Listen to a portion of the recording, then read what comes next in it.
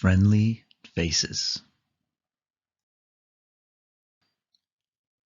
Can Elmo take your order? A hungry customer walked into a restaurant for lunch one day.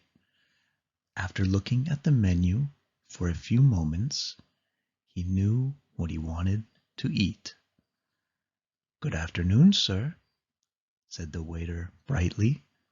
"Can Elmo take your order?" "I would like a tuna sandwich, please," said the man. "Elmo is very sorry, sir, but we are out of tuna sandwiches today," Elmo replied. "Oh, I see," said the man. He studied the menu again. "In that case, I guess I'll have a grilled cheese sandwich, please." Elmo shook his head. "We are out of that too." "All right. Can you bring me a salad?" asked the customer. "I am very hungry and I would like to eat." Elmo shook his head again. "Well, what do you have then?" asked the man. Elmo thought you would never ask. "Today's special is peanut butter and jelly, sir." "But I don't want peanut butter and jelly," exclaimed the man. "Well, sir, peanut butter and jelly is the only thing the chef knows how to make." "I'll take another one of those delicious peanut butter and jelly sandwiches, please. Hold the crusts. Do try this peanut butter and jelly sandwich. It's out of this world. Peanut butter and jelly on a stick is so much fun." The door to the kitchen suddenly swung open. "Here comes the chef now," said Elmo excitedly. "Hello, everybody," yelled the chef, waving at all of the people. "It is I, Grover, your cute and adorable chef, here to serve you." "You?" gasped the man. "I should have known." "Congratulations, sir," said Grover. "You are the 100th customer of the day. You win the grand prize." "And what's the grand prize, Chef Grover?" asked Elmo. "The grand prize is 100 peanut butter and jelly sandwiches," Grover said excitedly. "Oh, you are so lucky." Everyone in the restaurant burst into applause. "Why me?" murmured the man wearily. Zoe helps out. "Hi, Zoe," called Big Bird. "Are you ready to go to Snuffy's birthday party?" "I sure am, Big Bird," replied Zoe excitedly. "I even remembered my present. I'm bringing him this big bunch of balloons," Big Bird said.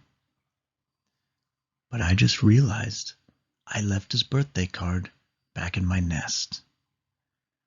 Can you hold these balloons while I run back and get it?" "No problem, Big Bird," said Zoe, taking the bunch from him. As Big Bird hurried away, Zoe began to imagine. What if I could float away? She wondered. Suddenly, her feet felt lighter. She imagined she was floating off the ground. Zoe wondered what it would be like to float high up in the sky. Whoa, she imagined. I'd be really high in the air. She decided it would be exciting. Sesame Street sure would look different from way up there, she thought. She imagined drifting slowly along, looking down at the world below. Everything looks so small from way up here, she thought. But how would I get back down? Zoe wondered. She imagined a little bird fluttered over to her balloons and landed on one of them. It popped one of the balloons with its pointy little beak. With a huge feeling of relief, she imagined she was slowly drifting back toward the ground. Thanks for the help, little birdie, Zoe called to the bird. Zoe imagined landing lightly on the ground in the same place Big Bird had left her. Thanks for holding the balloon, Zoe, said Big Bird out of breath. No problem, Big Bird, giggled Zoe. Oh dear, Big Bird said as they began to walk away. I forgot the cake. Can you hold these again while I run back and get it? Zoe looked at the balloons, then at Big Bird. I think I've had enough excitement with these balloons, Big Bird, she said. Why don't I run back and get the cake, and you hold on to the balloons?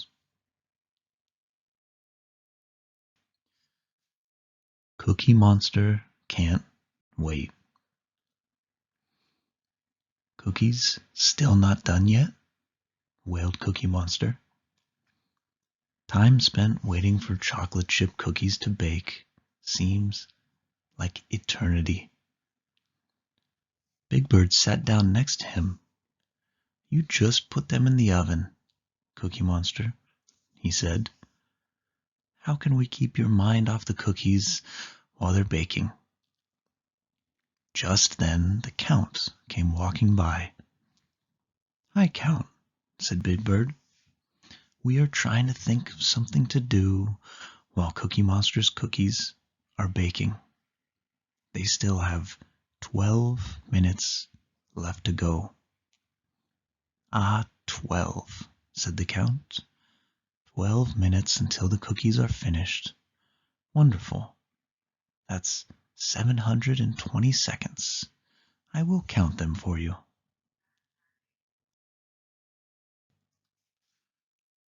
A fire truck zoomed by, clanging its bells and blaring its siren. It pulled up right next to them, and the firefighters jumped out of the truck to rescue a stranded painter.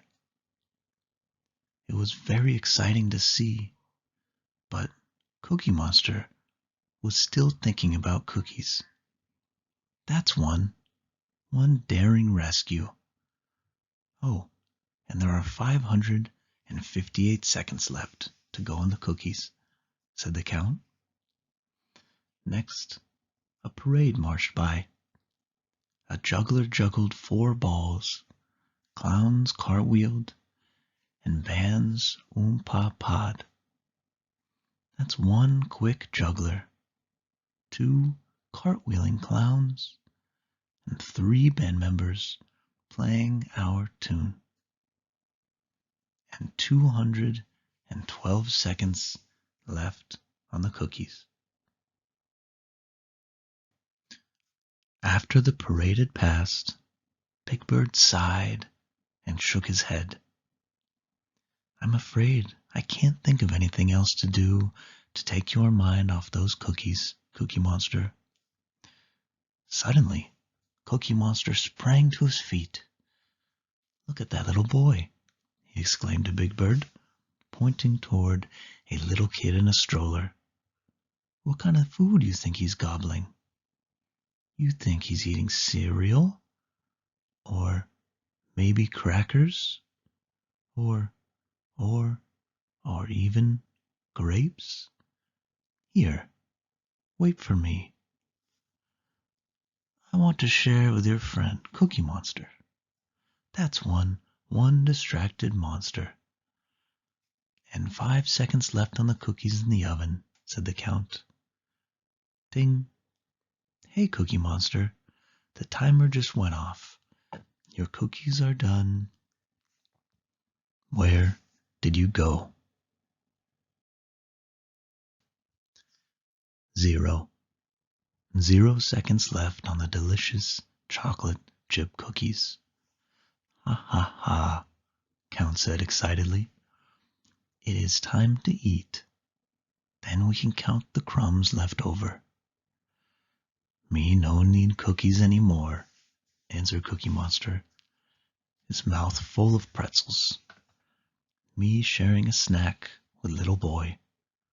Cookies yummy, but sharing with friend even better.